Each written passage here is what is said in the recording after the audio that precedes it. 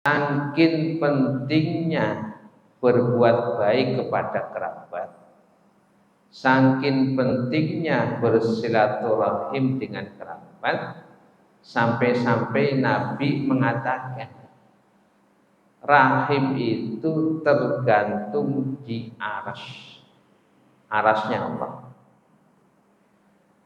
Dan rahim ini mengatakan, barang siapa yang menyambungku, maka Allah akan menyambungnya.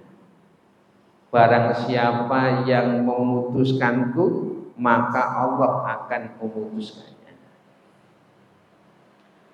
Nah, maka diterangkan oleh para ulama,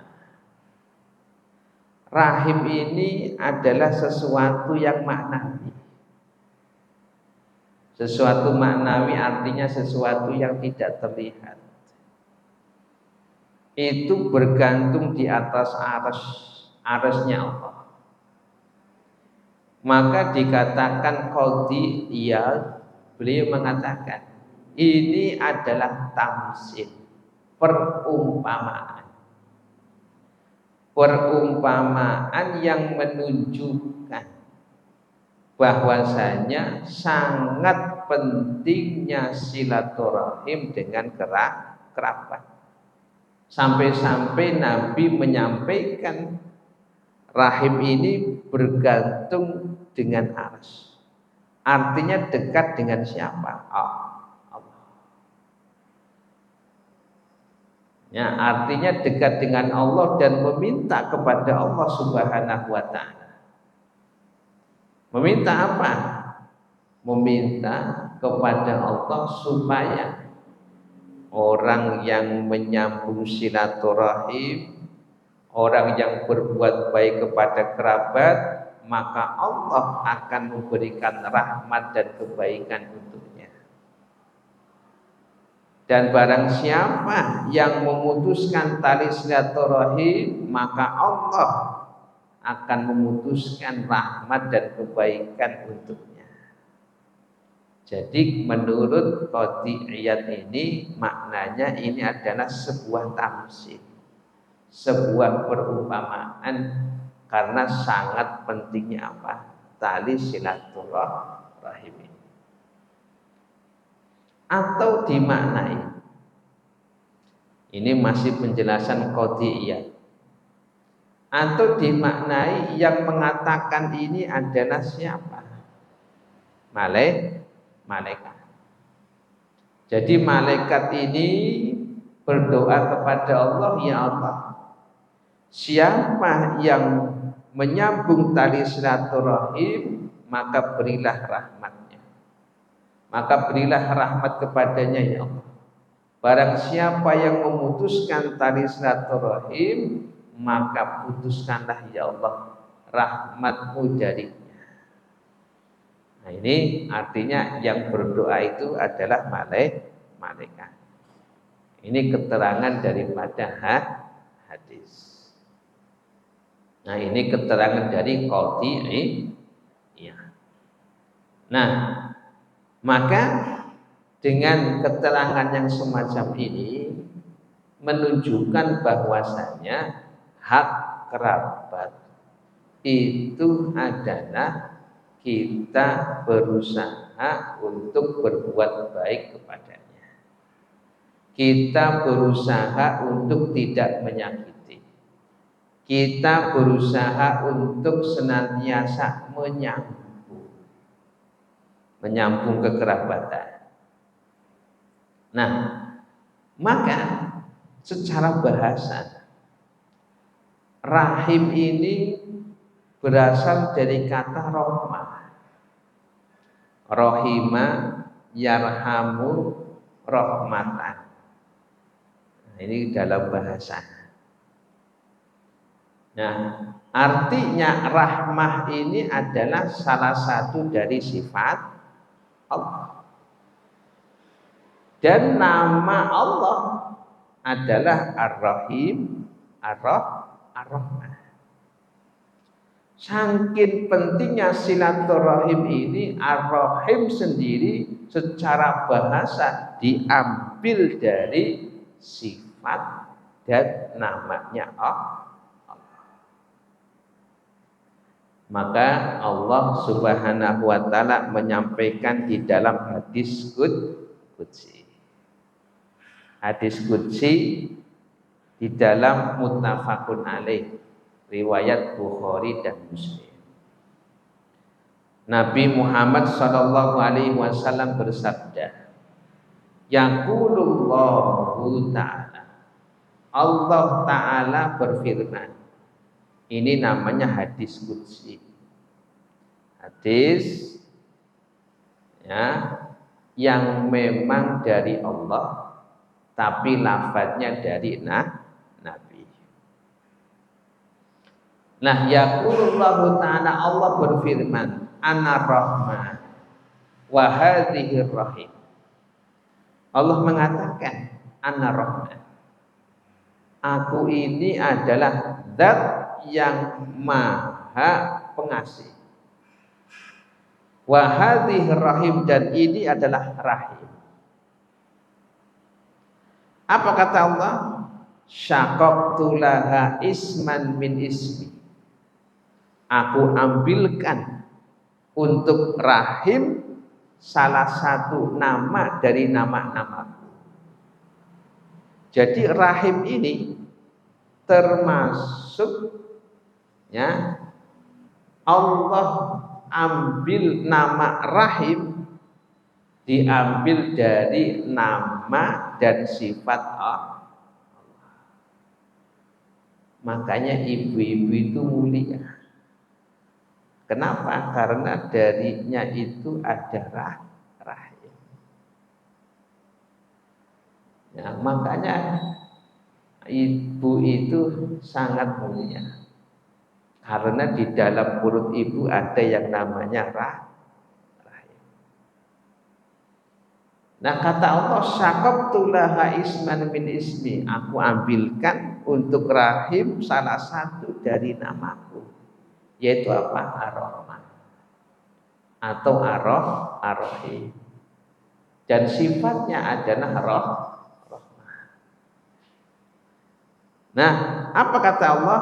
Faman wasolaha wasaltuhu wa man qata'aha batatu.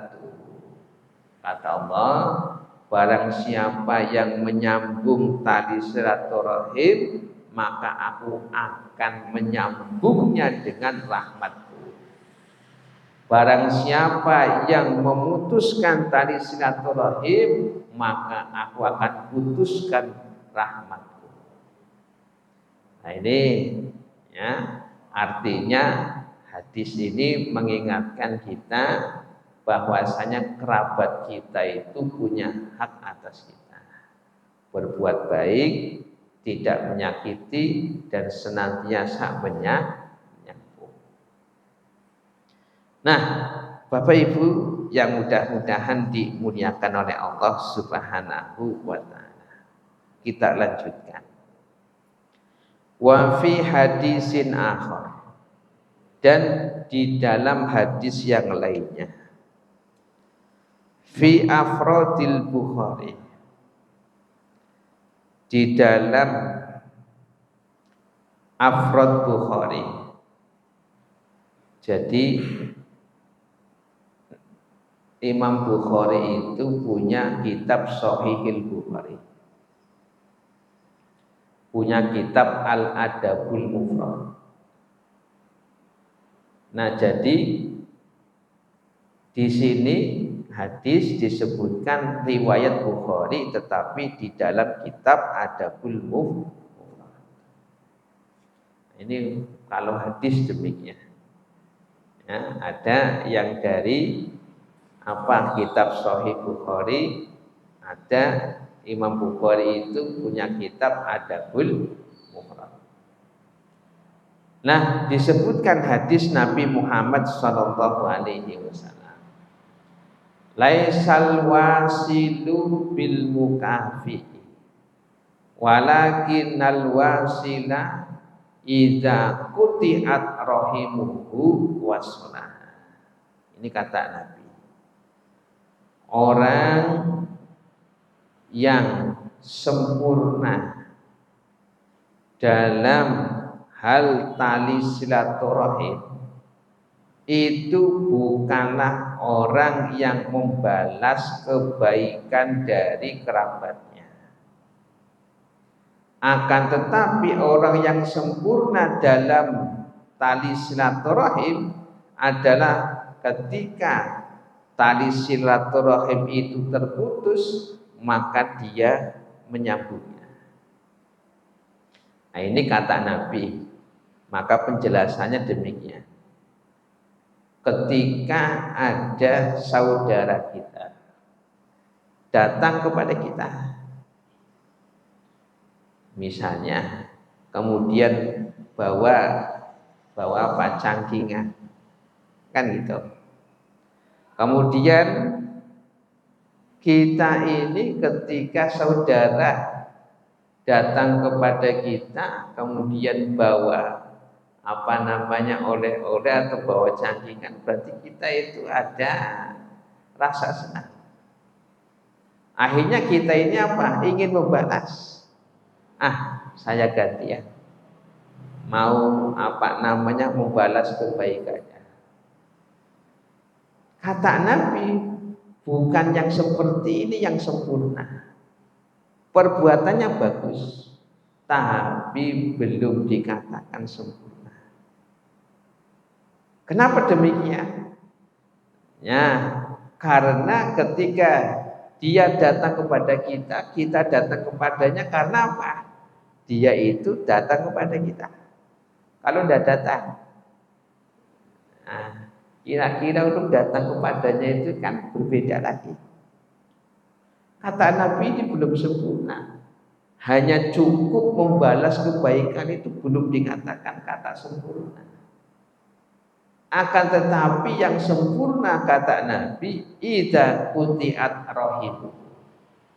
Ketika ada tali silaturahim itu terputus.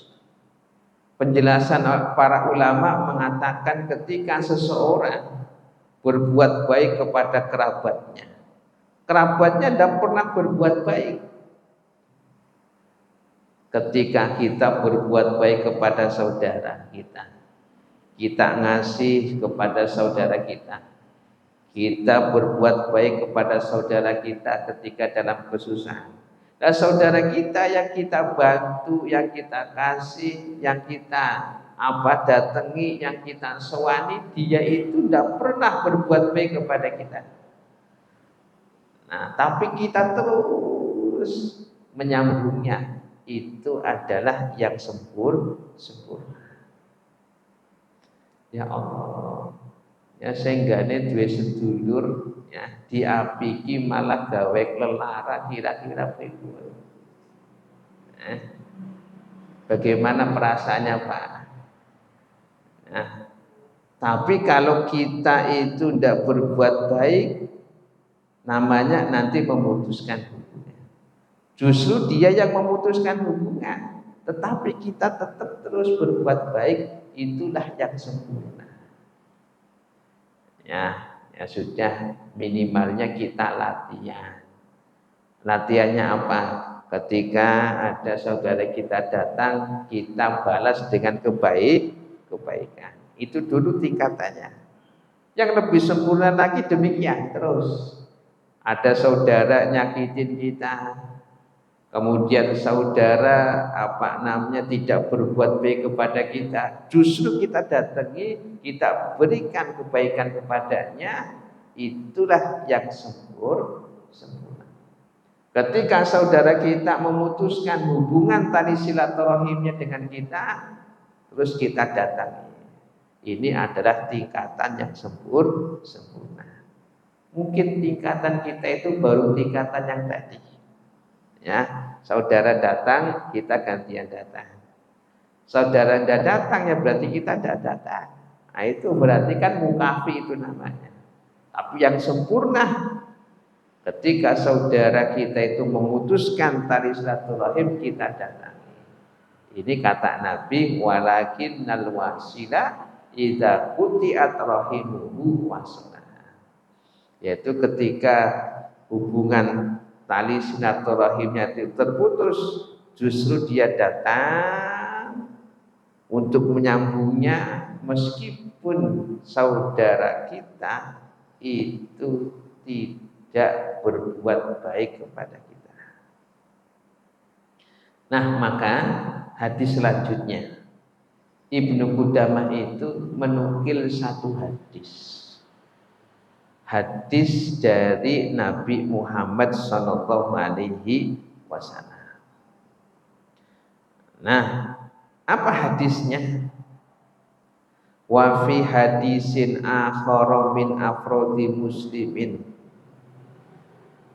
dan dalam hadis yang lainnya dari afrod muslim, anna rajulan, sesungguhnya seorang laki-laki, qala, dia berkata, ya Rasulullah, wahai Rasulullah, innali qarabatan asiluhum wa yaqta'uni. Ada seorang laki-laki datang kepada Nabi, wahai Nabi, saya itu punya kerabat, dan saya ini senantiasa berusaha untuk menyambung tali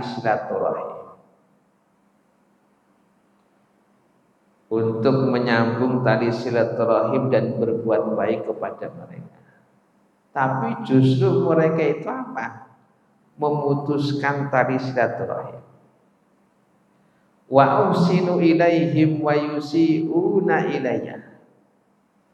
Aku berbuat baik kepada mereka, wahai Nabi, tapi justru mereka itu tidak berbuat baik kepadaku. Wa ahlumu anhum wa yajhaluna alayya. Aku berbuat bijak, berbuat baik, sering memberikan kebaikan, akan tetapi mereka itu masa bodoh. Coba bayangkan, kalau bapak ibu punya saudara yang berbuat baik kepada mereka, malah justru mereka itu berbuat jelek. Nah, kira-kira kebaikan bapak ibu itu terus atau berhenti? Kira-kira terus atau berhenti? Paling jawabannya sungkan. Langkah ngerti ini aneh. Ini hadis loh ini. Ya ada orang semacam itu datang kepada Nabi, itu ceritanya itu apa namanya, menanyakan, wahai Nabi, saya punya kerabat, saya senantiasa berusaha untuk menyambung tali silaturahim, saya senantiasa berbuat baik kepada mereka, saya senantiasa berbuat bijak, berbuat lembut kepada mereka, tapi mereka masa bodoh, tidak pernah datang ke saya. Justru mereka itu berbuat jelek kepada saya. Nah, apa yang dikatakan oleh Nabi Muhammad sallallahu alaihi wasallam? Nabi hanya mengatakan, la in kunta kama qulta faka'annama tusafihumul man. Kata Nabi, kalau memang benar apa yang kamu katakan, maka hakikatnya kamu itu sedang memberikan makanan berupa pasir yang panas kepada mereka. Semakin banyak kebaikan yang mereka terima, hakikatnya semakin mereka itu apa? Memakan pasir yang panas. Kemudian Nabi mengatakan, wala yazadu ma'aka minallahi tuhirun alaihim madumta ala dzalik. Dan Allah akan senantiasa menolong engkau selama engkau berbuat baik kepada mereka. Nah, dijelaskan oleh Ibnu Qudamah, tidak mengapa. Ya, artinya terus berbuat kebaikan, meskipun kerabat itu berbuat jelek. Maka kelak nanti di akhirat mereka itu tidak bisa berhujah di hadapan Allah. Tidak ada hujah untuk mereka di hadapan Allah, dan Allah senantiasa akan menolong engkau selama engkau berbuat baik kepada mereka. Nah, jadi kesimpulannya, saking pentingnya tali silaturahim dan hak-hak kerabat yang harus ditunaikan, maka Nabi mengatakan meskipun kerabat kalian itu berbuat jelek, tetap kalian itu harus berbuat baik kepada mereka. Dan inilah kesempurnaan seseorang di dalam menunaikan hak-hak kerabat. Tapi memang jangan lupa, ya, jangan ada. Sampai-sampai ketika misalnya ada saudara kita yang non muslim, kita misalnya ada saudara non muslim yang memang punya hubungan nasab dengan kita, maka itu pun harus ditunaikan hak sebagai kerabat. Contohnya siapa? Contohnya itu adalah Asma binti Abi Bakar.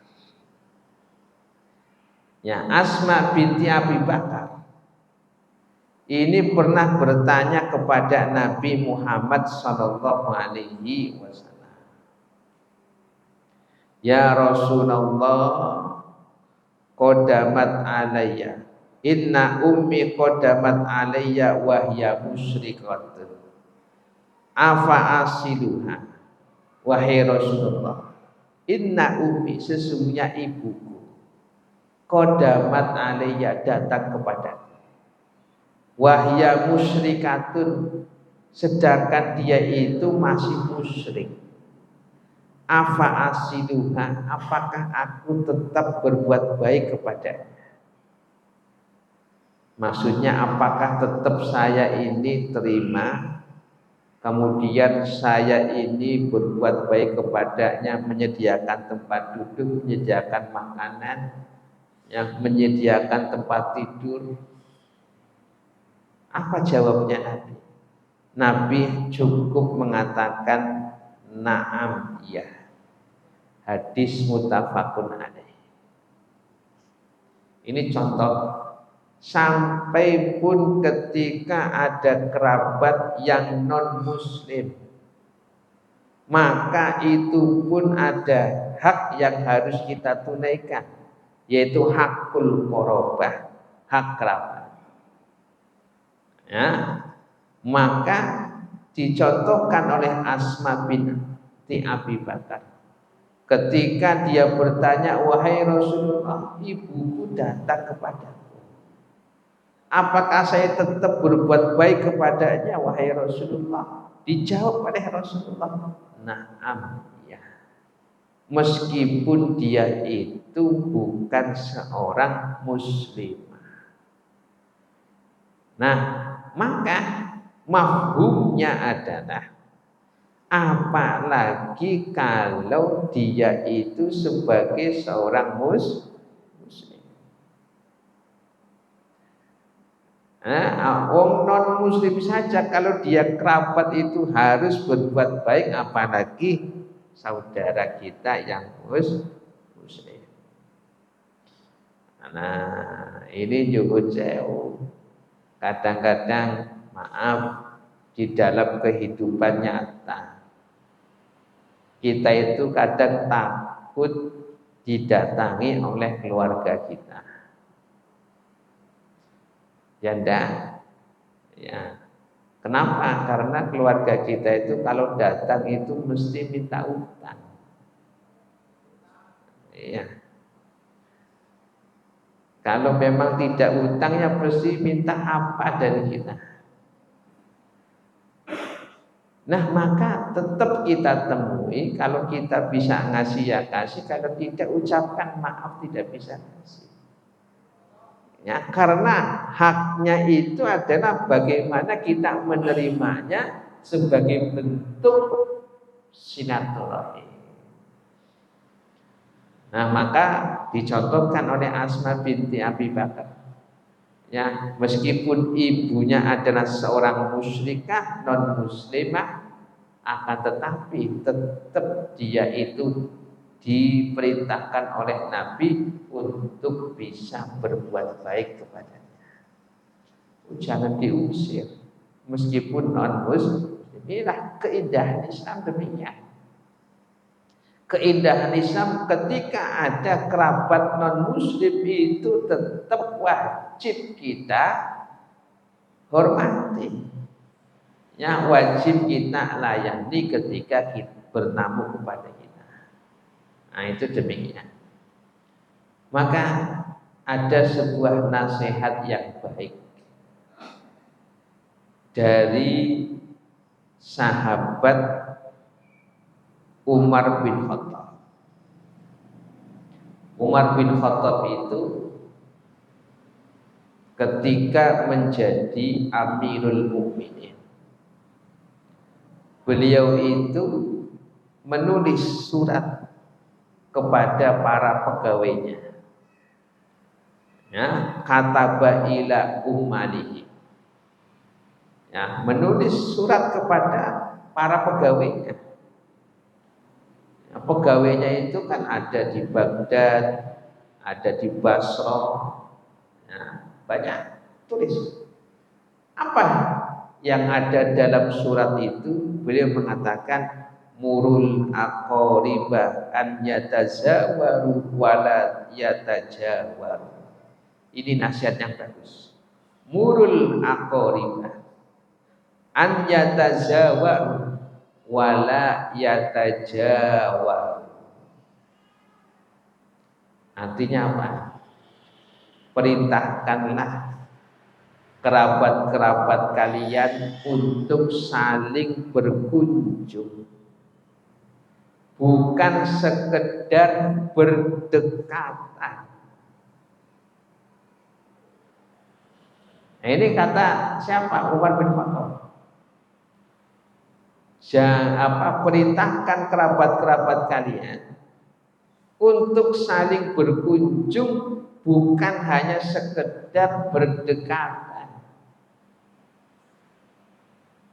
Oh, kalau berdekatan kan bagus, tapi lebih bagus lagi ketika saling berkunjung.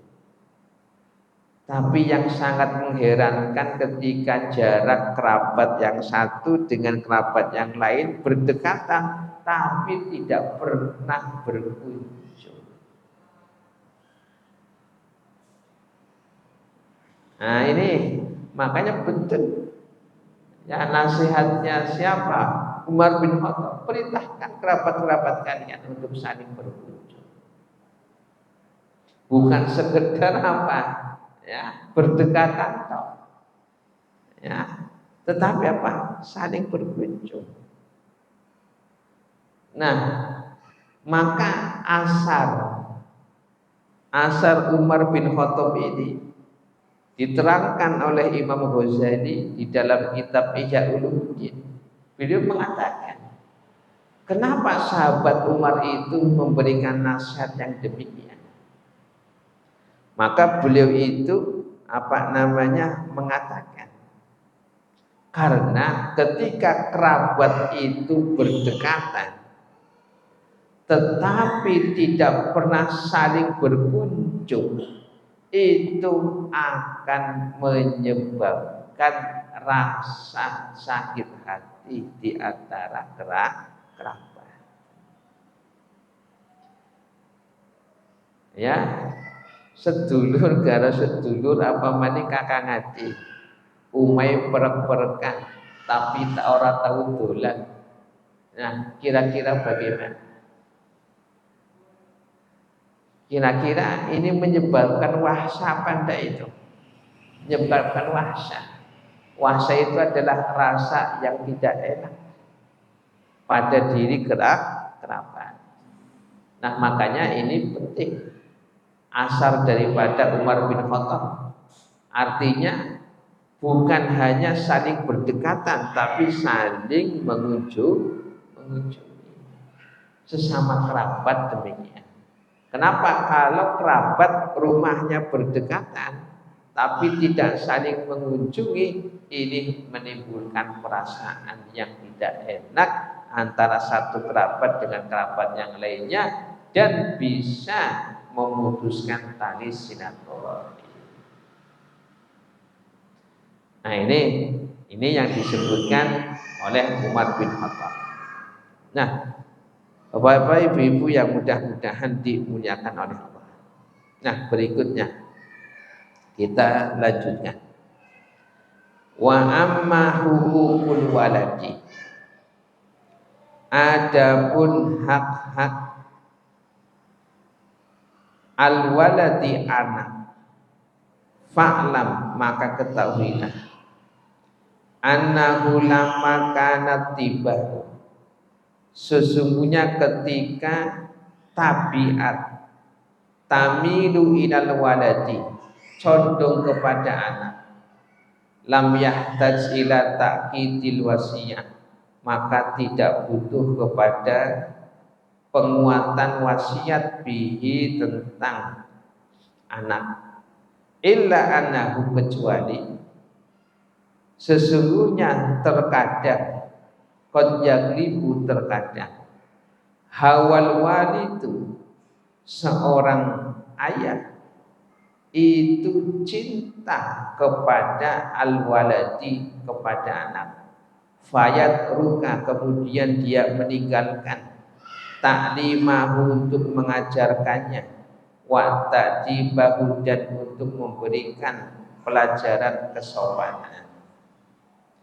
Jadi demikian, setelah berbicara tentang keutamaan hak-hak kerabat, sekarang Ibnu Qudamah itu menerangkan tentang hak-hak anak. Anak, Bapak Ibu, itu titipan dari Allah yang harus dijaga.